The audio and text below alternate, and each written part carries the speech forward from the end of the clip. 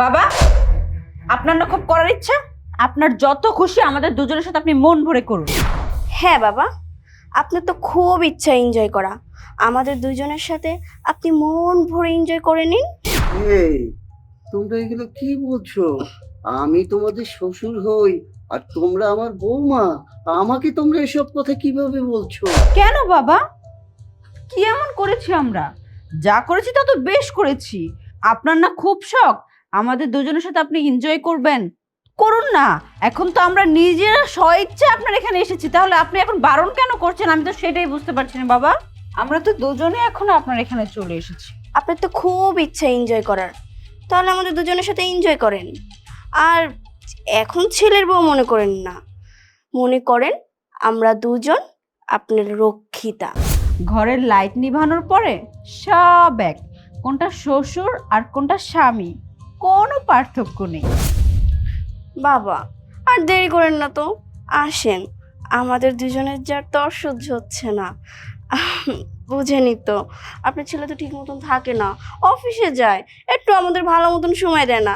ভাবি স্বামী তো আরো আগেই চলে গেছে, আর আপনার ছেলে তো একটু সময় দেয় না। তাই বলছি কি বাবা, বসে আছেন কেন, শুরু করে দিই। বৌমা, তোমরা এটা কিন্তু দারুণ বলেছো। লাইট নিভালে সব এক। তাহলে বৌমা, আমি বোকার জন্য এত দেরি করছি কেন? আসো তোমাদের সাথে এনজয় করি। বাবা,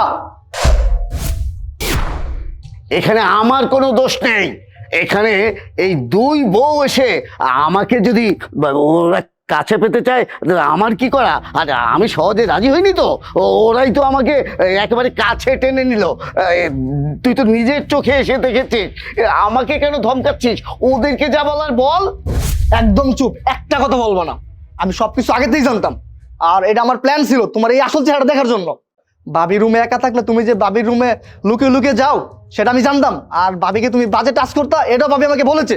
তুমি এত নিচে নামতে পারো বাবা, এটা আমার জানা ছিল না। তুমি থামো, যা বলার আমি বলছি। কেন বাবা, আপনার মনে নেই সেদিন আপনি আমাকে একা রুমে পেয়ে কি করেছিলেন? আমি যখন ঘরের কাজ করছিলাম, আপনি পিছন থেকে যে আমাকে যে জড়িয়ে ধরে আমাকে বাজে অফার করেছেন, বলেছেন আপনার সাথে যদি আমি কিছুটা সময় কাটাই তাহলে এই বাড়ি গাড়ির টাকা পয়সা সব কিছু আমার নামে আপনি লিখে দেবেন। কি বলেননি? আমি যখন আপনার ছেলের কথা বলেছিলাম তখন আপনি কি বলেছিলেন আমাকে? আপনি বলেছেন ঘরের বাতি নিভালে কোনটা শ্বশুর আর কোনটা স্বামী সেটার কোনো পার্থক্য বোঝা যায় না, সব নাকি এক। আপনার কাছে সবকিছু একই মনে হয়েছে। তার মানে তোরাই হচ্ছিস বড় শয়তান, আমাকে ফাঁসানোর জন্য উঠে পড়ে লেগেছিস। কেন? বৌমা তো আমাকে একটু নিষেধ করে দিলেই তো আমি সতর্ক হয়ে যেতাম। আমি তো শয়তানের পাল্লায় পড়ে একটু বৌমার সাথে দুষ্টামি করতে গিয়েছিলাম।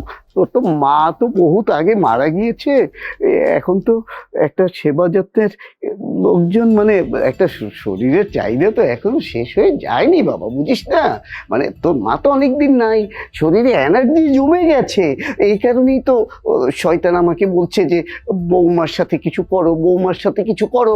এই জন্যই তো একটু বৌমাকে একটু মানে আরেকটা কথা বাবা, এই যে আপনাদের মতো কিছু শ্বশুরদের কারণে না প্রত্যেকটা ঘরের বউরা নষ্ট হচ্ছে, শুধুমাত্র আপনাদের ব্যবহার আচরণের জন্য। আপনার মতো শ্বশুরের সাথে না আমার বা ওর দুজনের একজনেরও এই বাসায় থাকার কোনো ইচ্ছে বা আগ্রহ কোনোটাই নেই। আপনি যদি এই বাসায় থাকেন তাহলে আমরা একটা সেকেন্ড এই বাসায় থাকতে পারবো না। হয়তো আপনি এখানে থাকবেন, না হলে আমরা এখানে থাকবো। এখন তুমি বলো, তুমি তোমার বাবাকে কি করবে? আমি তো ছেলের বউ হয়ে কিছু করতে পারছি না, আর তোমার ভাই তো আমার সাথে থাকে না, সে 5 বছর হয়েছে বিদেশ থাকে। যা করার তুমি তোমার বাবাকে করো। হ্যাঁ, এখন তোমার সিদ্ধান্ত, তুমি কি করবে আর কি করবে না। যদি বাবা এই বাড়িতে থাকে, আমরা দুজনের একজন এই বাড়িতে থাকবো না। আমরা দুই বউয়ের এক বউ এই বাড়িতে নিরাপদ না। তাই বলছি, তুমি এখনই এই মুহূর্তে বাবাকে এই বাড়ি থেকে বের করে দাও। বাবা, তুমি এই মুহূর্তে আমার বাসা থেকে বেরিয়ে যাও, যাও বলছি।